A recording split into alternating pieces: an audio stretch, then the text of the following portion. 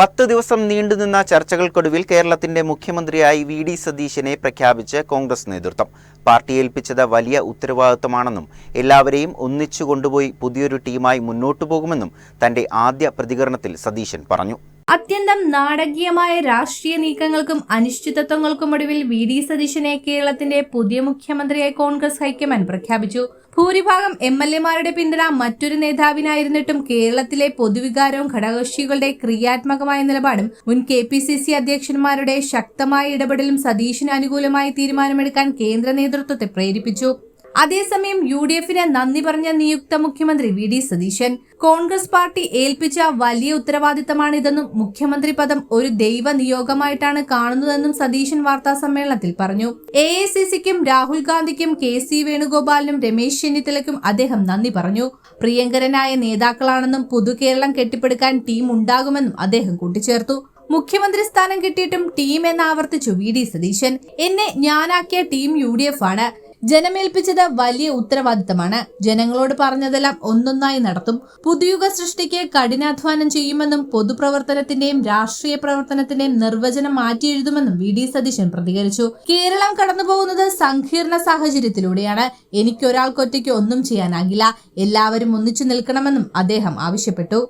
ഉൾപ്പെടെ എല്ലാവരോടും നന്ദി പറയുക. എന്നെ ഇതിന് പ്രാപ്തമാക്കിയത് ഈ തെരഞ്ഞെടുപ്പിൽ കഠിനാധ്വാനം ചെയ്ത ലക്ഷക്കണക്കിന് യു.ഡി.എഫ് പ്രവർത്തകരും ടീം യു.ഡി.എഫ് ആയി നിന്ന ഞങ്ങളുടെ യു.ഡി.എഫ് നേതാക്കന്മാരുമാണ്. തീർച്ചയായും ഞാനിവിടെ എത്തിയതിന് അവരോട് എനിക്ക് ഒരുപാട് കടപ്പാടുണ്ട്. കേരളത്തിലെ ജനങ്ങൾ ഞങ്ങളെ വലിയ ഉത്തരവാദിത്തമാണ് ഏൽപ്പിച്ചത്. 10 വർഷം നീണ്ടുനിന്ന ഒരു ഭരണം അവസാനിപ്പിച്ച്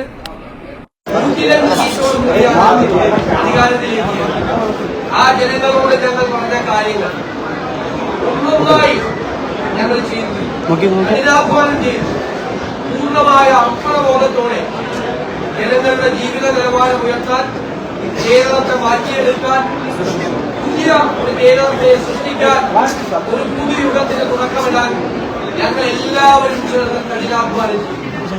രാഷ്ട്രീയ പ്രവർത്തനവും പൊതുപ്രവർത്തനവും ജനങ്ങൾക്ക് വേണ്ടി നടത്തുന്ന കഠിനാധ്വാനവും അവർക്ക് വേണ്ടി അർപ്പണബോധത്തോടു കൂടി ചെയ്യുന്ന പ്രവൃത്തിയുമാണ് എന്ന് ഞങ്ങളതിന്റെ നിർവചനം മാറ്റിയിരുന്നു. പൊതുപ്രവർത്തനത്തിന്റെയും രാഷ്ട്രീയത്തിന്റെയും നിർവചനം അതായിരിക്കുമെന്ന് മാറ്റിയെഴുതും. ഇതൊരു ദൈവികമായ നിയോഗമായി ഞാൻ കാണുന്നു. വ്യക്തിപരമായി കിട്ടിയ ഒരു കാര്യമായിട്ടല്ല കാണുന്നത്.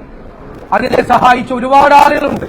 ഈ വലിയ വിജയത്തിന് ഞങ്ങളെ സഹായിച്ചത്, ഏറ്റവും കൂടുതൽ സഹായിച്ചത് എ.ഐ.സി.സി ആണ്. എന്റെയും പങ്കുണ്ട്. എന്റെ നേതാവ് കൂടിയാണ് ശ്രീ രമേശ് ചെന്നിത്തല.